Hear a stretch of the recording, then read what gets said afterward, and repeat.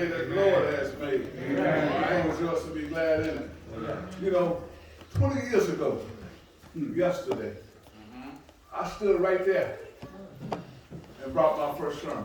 To God be the glory for all they have done. You know, when I got a call the other day to come over here and do this, it gave me a word that I thirst. Oh, I had that, I'm talking about, I had that down pat. But then Sister Gallon sent me a text and said, no, this is your scripture.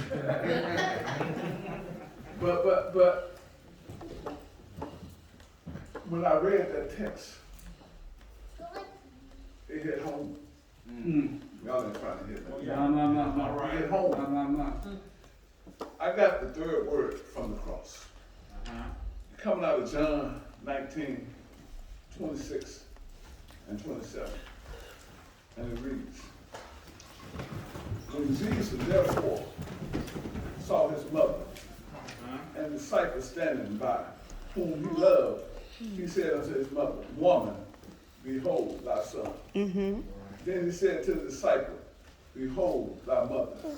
And from that hour, that disciple took her unto his own house.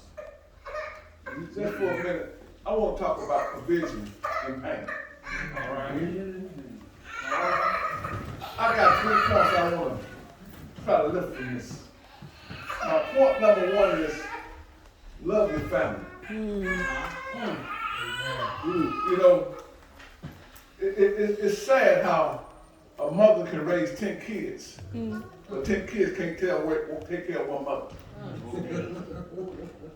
You know, I heard this brother say, it can't be me.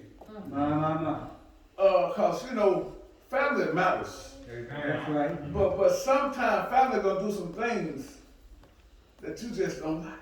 Right. But in the midst of whatever they do, you still got to love your family. Amen. You know, I just came out of Milwaukee this past weekend. My mama's best friend passed away.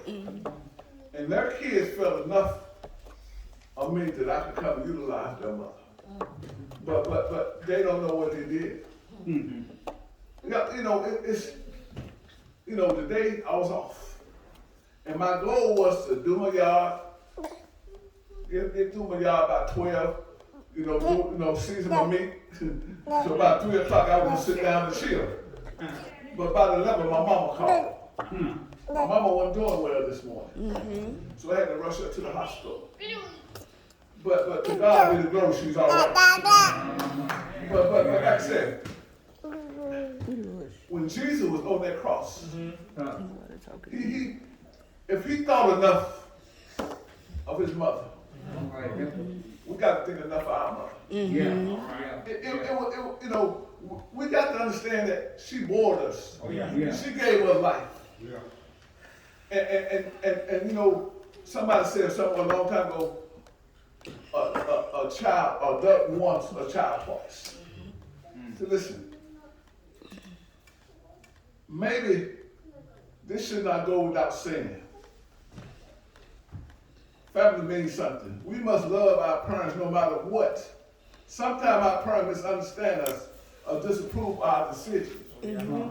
But if I'm mistaken, Ephesians 6:1 said, honor your mother and father all the days of your life. But you know what's so strange about this? You go down a couple scriptures that parents don't provoke your children. But see, we still got that one we got to stay with. God has given us a commandment to honor our mother and father. Not once we get 3 times 7, but all the days of our life. Listen, if your parents call you 5 times a day with the same old question, listen. Because one day you're going to want to listen for their voice and they're going to hear it. God ain't trying to hear me today. Sometimes they can hurt you grievously. You know, I can remember when my donor got mad at my owner. Come on, Reverend. All right. I felt the pain of rejection. And you know, that stuck with me for a long time. But could nobody move me from that state for Jesus. Oh, yeah. Yeah. You know, I went one time to my home to preach for my grandmother. And while there, my donor was sitting out there, but my owner was up here. And so I went to preach for my grandma.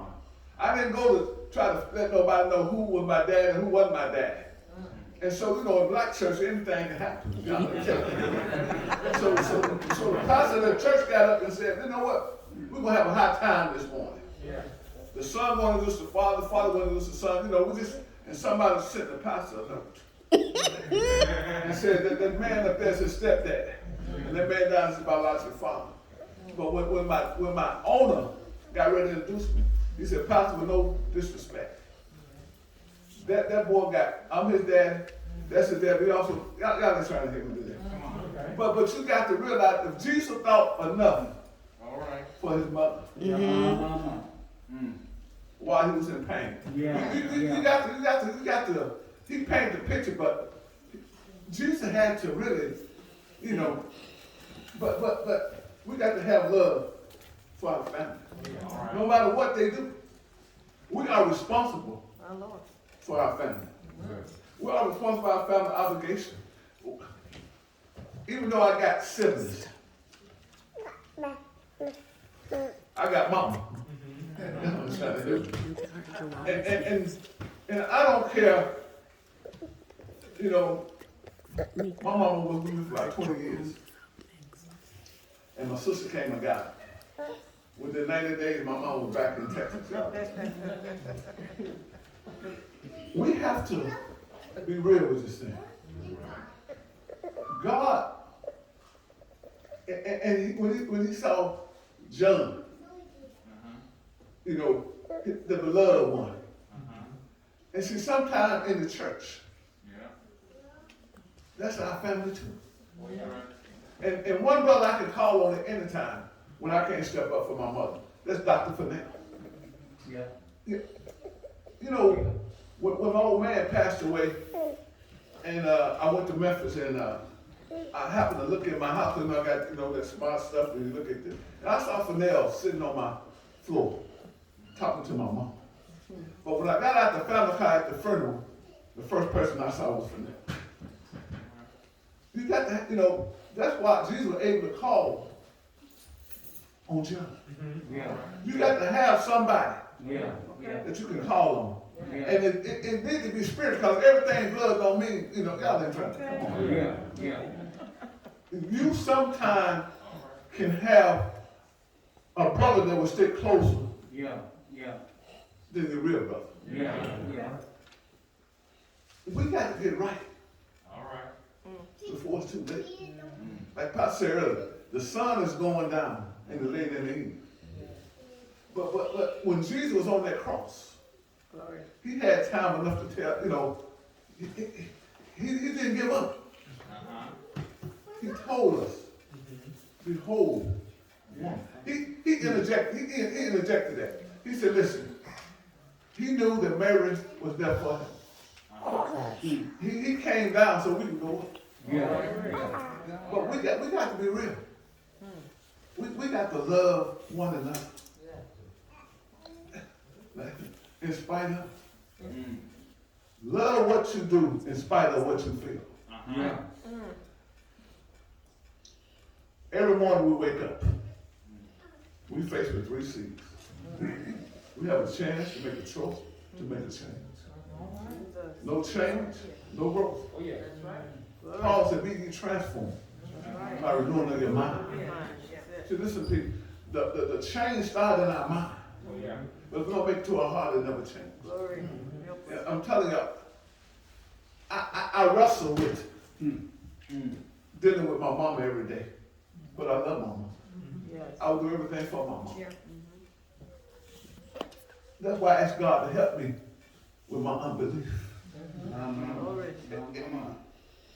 Listen, nobody can do you like your mama. I got something right here. Listen, it said, who bore the pain to give us life? Who pulled us close and held us tight? Who rocked us fast to sleep at night? Mama, what's her name? Who had a sweet and loving way, who nurtured us from day to day, who taught us on how to kneel and pray. Mama, what's her name? Who worried most when we was gone? Who waited for us all night long? Who tried to teach us right from wrong? Mama, what's her name? Who had a young and pretty face? Who had a short and warm embrace? Who can never be replaced? Mama, what's her name? And then we got to have value for others. It just ain't about us. It's about, that's why he said love one another. Come on. We got to show love. This was this, believe it or not, John 19, it's about love.